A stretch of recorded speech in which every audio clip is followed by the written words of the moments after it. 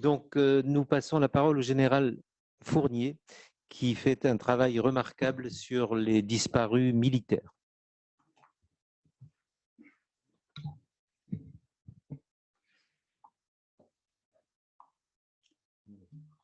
Très bien. Eh bien, écoutez, tout d'abord, merci de m'accueillir. Merci à Madame Ducos-Sader et à vous, Jean-Félix, de m'accueillir dans cette assemblée d'historiens dont je ne suis pas, mais avec lesquels je travaille fréquemment. Je ne suis pas historien puisque je préside l'association Soldis Algérie qui cherche les militaires portés disparus durant cette guerre. Et à l'occasion de ce colloque, j'ai pensé justement vous présenter le problème des militaires portés disparus sous un autre angle, en mettant à profit le 60e anniversaire des accords d'Évian pour que... si vous voulez faire des voilà. Vous appuyez là. Très bien, merci.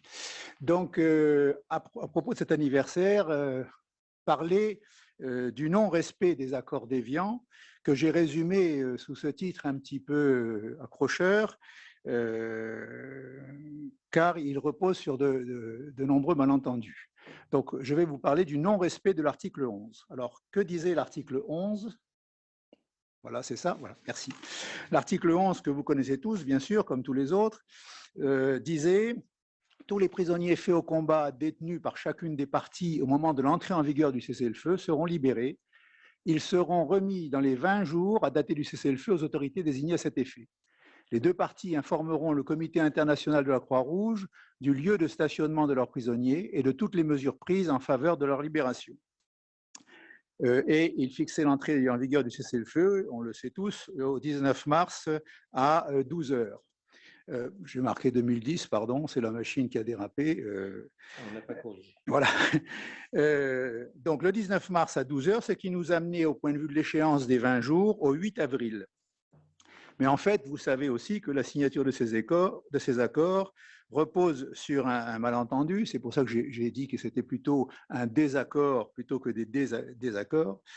Un malentendu puisque, en fait, ils ne seront signés que du bout des lèvres par les représentants du GPRA et très rapidement rejetés, au moins en interne, du côté FLN. Et cette signature est également immédiatement la source de plusieurs malentendus au moment de leur application, et c'est notamment le cas pour cet article 11 qui fait apparaître 3 malentendus.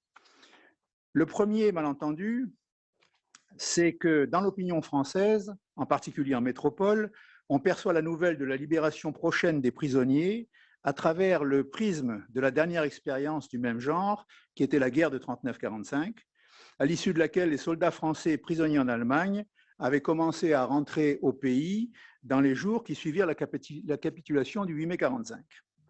On s'attend donc tout à fait normalement à voir réapparaître les disparus qui sont présumés prisonniers, car en fait on n'a jamais eu de liste remise par le FLN à la Croix-Rouge internationale, comme le veulent les standards humanitaires de la Convention de Genève, à laquelle le FLN revendiquait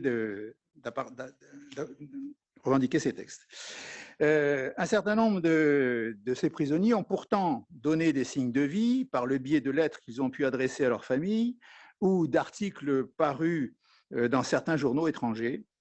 Parfois même, les familles ont reçu des lettres émanant de certains chefs FLN annonçant la capture de leurs disparus. Ce sont donc des soldats qui ont bien été capturés vivants et qui ont disparu après leur capture.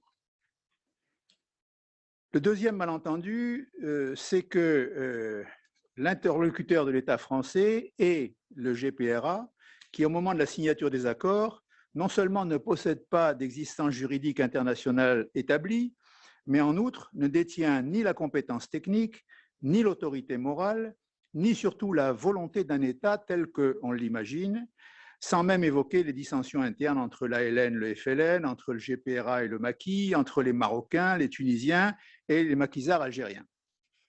Pourtant, l'État français considère cet interlocuteur comme son égal et pense qu'il peut gérer les accords normalement avec toute l'autorité nécessaire. Vous allez voir qu'il n'en sera rien et on s'en apercevra très rapidement dans divers domaines.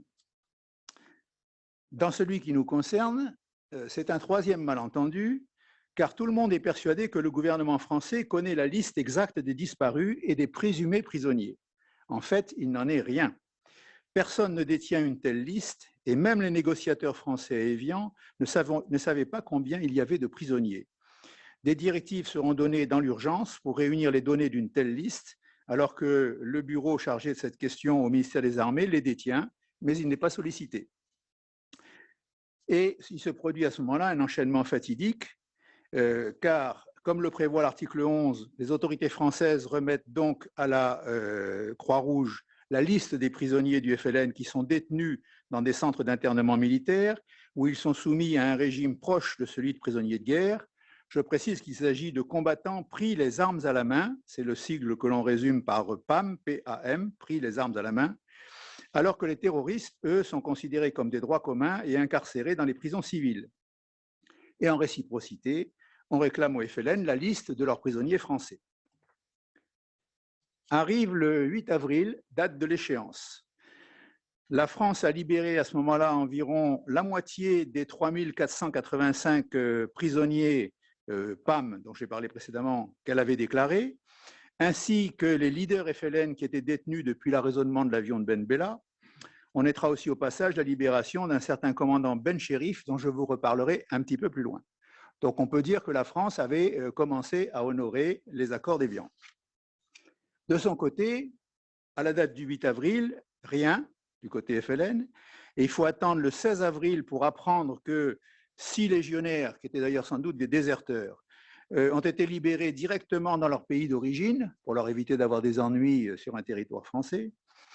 Et en fait, les premiers militaires français qui sont libérés, c'est le 24 avril, 3 militaires en Tunisie, puis le 27 avril, 2 autres militaires, contre toute attente d'ailleurs, en Algérie, car on ne savait plus qu'ils étaient vivants.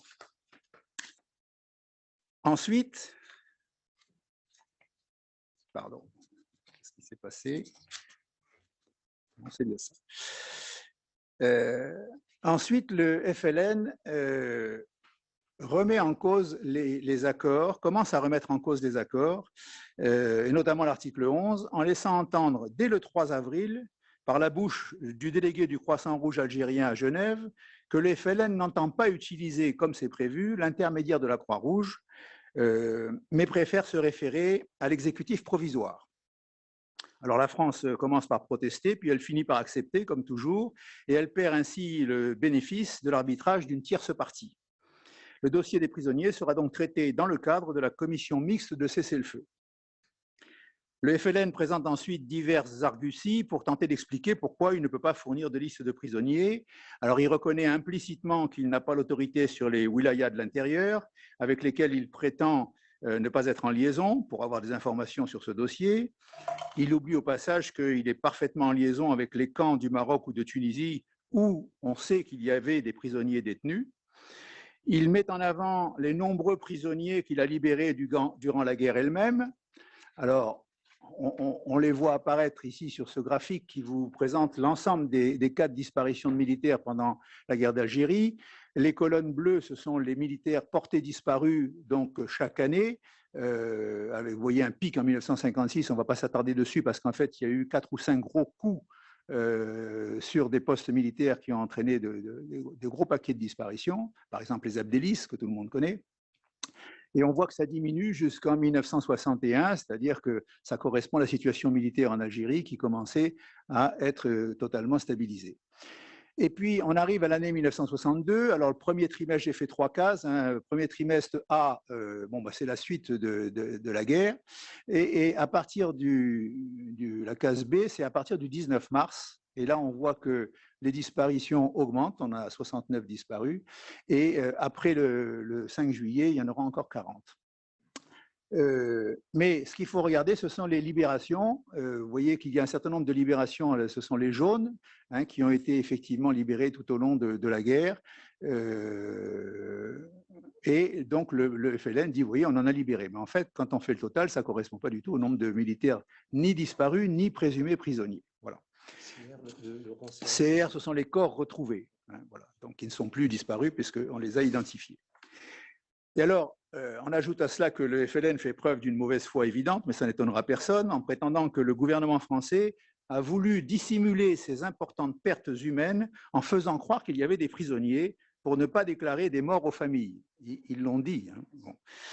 Enfin, le GPRA a bien du mal au même moment à gérer ses dissensions internes, son conflit FLN-ALN, tout ce dont on a parlé précédemment, et il ne peut en fait exercer aucune autorité pour tenter de mettre en œuvre, s'il en avait l'intention, ces fameux accords. De son côté, le gouvernement français est bien embarrassé parce que toutes les fautes ne viennent pas du FLN. Les autorités françaises ont elles aussi bien du mal à gérer ce dossier qu'elles ne connaissent pas, ni au niveau des responsables politiques du gouvernement ou de l'exécutif provisoire, ni au niveau des responsables militaires eux-mêmes. Il faut attendre, puisque je vous ai dit qu'il n'y avait pas de liste qui avait été établie sur les disparus. Il faut attendre le 23 mai 1962, c'est-à-dire près de 2 mois après les accords, pour que le ministère des Armées se décide à nommer un responsable unique ayant autorité sur l'ensemble des services du ministère, et ce sera le commandant Letellier, dont on voit la signature sur beaucoup de papiers, pour coordonner toutes les informations existantes sur les militaires prisonniers. Et dans le même temps, il y a un débat politique qui s'engage à l'Assemblée nationale ou au Sénat, où se déroulent des batailles de chiffres qui ne s'appuient d'ailleurs jamais sur des listes nominatives, ce qui les rend invérifiables. Alors, cette bataille de chiffres, elle permet un escamotage, je vais appeler ça un escamotage, pardonnez-moi parce qu'on parle d'êtres humains, mais c'est un escamotage d'un certain nombre de disparus dont on décide purement et simplement qu'ils n'ont pas pu avoir survécu et donc ils sont morts. Ça permet de diminuer presque de moitié l'effectif concerné et de le réduire à une proportion insignifiante au regard des forces en présence, sauf bien sûr sur le plan humain. Monsieur Messmer pourra ainsi répondre aux questions du sénateur Lafay en mars 62, qu'au 1er août 61, il y avait 348 présumés prisonniers et qu'au 1er janvier 62, en fait, il n'y en restait plus que 197, dont seulement une partie se trouverait aux mains de l'adversaire. Donc on a effacé l'ardoise en quelque sorte. Et il justifie cette diminution en expliquant le nombre a diminué en fonction des renseignements qui ont permis de préciser le sort de certains de ces militaires et de ne plus les considérer comme disparus. Et on va avoir la preuve de cette énorme erreur d'appréciation lorsqu'on découvrira 2 soldats libérés, je vous en ai parlé tout à l'heure, le 27 avril, Didier et Fortin, une libération totalement inattendue qui a lieu à Tizi Ouzou, en territoire algérien même, après 431 jours de captivité dans des grottes en Algérie. Ceux-là, ils avaient été déclarés morts par la liste de M. Messmer.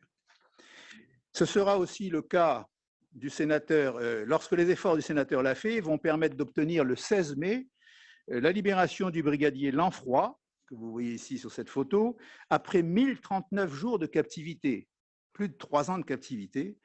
Le brigadier Lanfroy est devenu célèbre parce qu'il était un otage garant de la vie du commandant Ben Chérif, que l'on avait d'ailleurs libéré sans condition au mois de mars, sans même penser à demander à récupérer l'otage en échange. Alors le cas de Ben Chérif, je pense que tout le monde le connaît, c'était un ancien officier de l'armée française qui avait égorgé une dizaine de ses soldats de sa section avant de déserter et qui était devenu commandant dans l'armée de l'ALN. Il avait été arrêté en Algérie une année après, condamné à mort, et il allait être exécuté quand le FLN a présenté le cas Lanfroy en disant si vous exécutez Ben Chérif, on exécute Lanfroy. Donc c'est pour ça que je dis que c'était un otage. Voilà, on a libéré Ben Chérif, on a oublié de réclamer Lanfroy. En même temps, Lanfroy a été libéré avec 3 autres soldats que personne ne réclamait plus d'ailleurs, Georges Duplessis et André Robert, qui étaient captifs depuis le 30 décembre 59, donc en gros 1 an et demi, et le dénommé Gérard Palisse, porté disparu le 30 décembre 60, condamné quelques mois plus tôt par contumace pour désertion, et que l'on n'avait jamais considéré ni comme disparu ni comme prisonnier. On peut se demander ce que seraient devenus ces hommes sans l'action du sénateur Lafay. Le dossier des prisonniers est donc ainsi un parfait exemple du non-respect des accords d'Évian par le FLN. Et cette situation a d'ailleurs été actée par le Comité international de la Croix-Rouge, qui la dénonce dans un communiqué accusant le GPRA de ne pas respecter les clauses de l'article 11. Il a communiqué donc du 20 avril 1962 que je vous lis. à ce jour, les autorités françaises, donc 20 avril, un mois après, à ce jour, les autorités françaises ont communiqué au CICR les noms des 7 camps militaires d'internés dans lesquels stationnent les prisonniers faits au combat en Algérie, ainsi que les listes nominatives comprenant 3485 noms, et ils avaient commencé à en libérer. Le gouvernement français a précisé au CICR sa décision de libérer unilatéralement la moitié de ses prisonniers, la libération de l'autre moitié devant intervenir en même temps que celle des prisonniers français détenus par le FLN. En revanche, aucune communication n'est venue du GPRA, malgré les demandes répétées qu'a faites le Comité international de la Croix-Rouge au sujet des prisonniers, tant militaires que civils, détenus par le FLN. Dans ces conditions, le Comité de la Croix-Rouge regrette de ne pas être en mesure de répondre aux pressantes demandes qu'il reçoit de la part des familles de prisonniers français. Donc, un constat d'échec qui est patent et qui est d'autant plus, je dirais, grave que durant la même période, on a commencé à subir les enlèvements de personnes qui n'épargnent d'ailleurs pas les militaires et qui viennent ajouter leur drame à cette situation déjà complexe. Et là aussi, c'est une forme de non-respect des accords d'Évian qui s'ajoute au contentieux précédent, puisque l'uniforme français ne protège plus les militaires français, alors que les accords prévoyaient la présence de troupes françaises et qu'elles pouvaient circuler librement. Et à partir du 19 mars, on va enregistrer 109 disparitions qui sont restées inexpliquées jusqu'à ce jour, plus d'une centaine d'arrestations qui se sont traduites ensuite par des remises en liberté.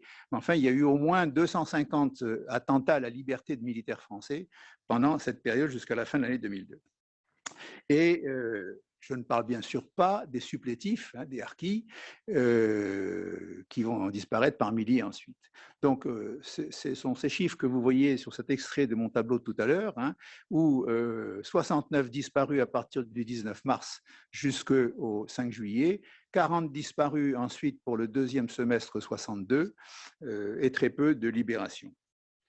Pour vous situer le problème, je voudrais rappeler que c'est à cette époque que Mme Germaine Kinsler, qui était assistante sociale des armées, donc au statut militaire, qui avait été enlevée le 23 février 62, donc un mois avant les accords, a été exécutée le 22 ou le 23 mars, 3 ou 4 jours après les accords, en toute connaissance de cause. À partir de ce moment-là, on tombe pratiquement dans la même situation que pour les disparus civils, avec des enlèvements qui surviennent. Le premier qui intervient, c'est l'enlèvement du capitaine Le Gall, le 6 avril, le maréchal des logis-chefs Barbier, le 14 avril, le sergent Lapierre, le 17 avril, qui lui est lapidé à Oran, et qu'avant le 5 juillet, il y avait déjà eu des choses, et que malgré ces exemples, on constate une certaine naïveté des autorités françaises parce qu'il n'y a pas de consignes strictes qui soient données pour la sécurité des militaires. Ceux-ci peuvent continuer à assumer des missions individuelles. Par exemple, des sous-officiers seuls vont au ravitaillement, vont faire des choses. D'autres font des déplacements isolés. Ils rejoignent une affectation à un endroit tout seuls dans leur véhicule civil à travers toute l'Algérie. C'est le cas du lieutenant Lemaire, par exemple.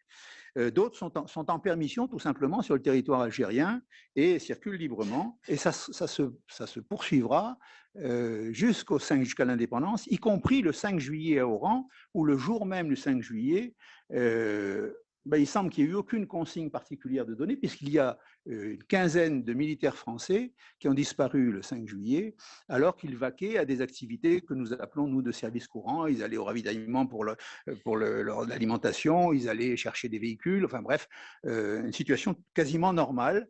Et bien sûr, ils ont été victimes de ce qui s'est passé. Voilà. Et c'est devant tous ces drames que nous avons donc pu constater et où on aurait pu éviter au moins la centaine qui s'est produite après le 19 mars, eh bien que nous, après 60 ans de désaccord sur ces fameux accords que seule la France a mis en application, nous, Soldis, nous aurons la joie et la fierté de rendre hommage aux 652 militaires français portés disparus en Algérie, qui est le chiffre auquel nous avons abouti après nos travaux, mais qui n'est pas non plus certainement un chiffre définitif, comme le disait M. Jordi tout à l'heure, parce qu'on trouvera toujours à éclaircir quelque chose, mais ce sera à la marge. Eh bien, nous aurons la joie de pouvoir leur élever un monument national, dont vous pouvez découvrir ici la maquette, avec une inauguration qui aura lieu le 30 août 2022, à l'occasion de la Journée mondiale des disparus à Port-Vendre, ville que tant de souvenirs relient à l'Algérie française. Voilà, je vous remercie et je suis à vos dispositions si vous avez des questions maintenant ou plus tard.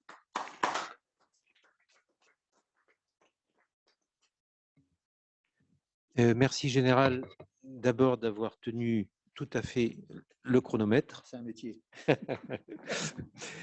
Et vous dire notre admiration et respect pour le travail que vous faites sur les disparus militaires qui méritent bien entendu, autant que les disparus civils, la reconnaissance de la mémoire. Et félicitations pour ce monument que vous allez inaugurer au mois d'août, le 30 août à Port-Vendre. Vous serez tous cordialement invités. Donc réservez la fin de vos vacances pour venir à Port-Vendre. Très bien. En plus, c'est un beau pays. Tout à fait.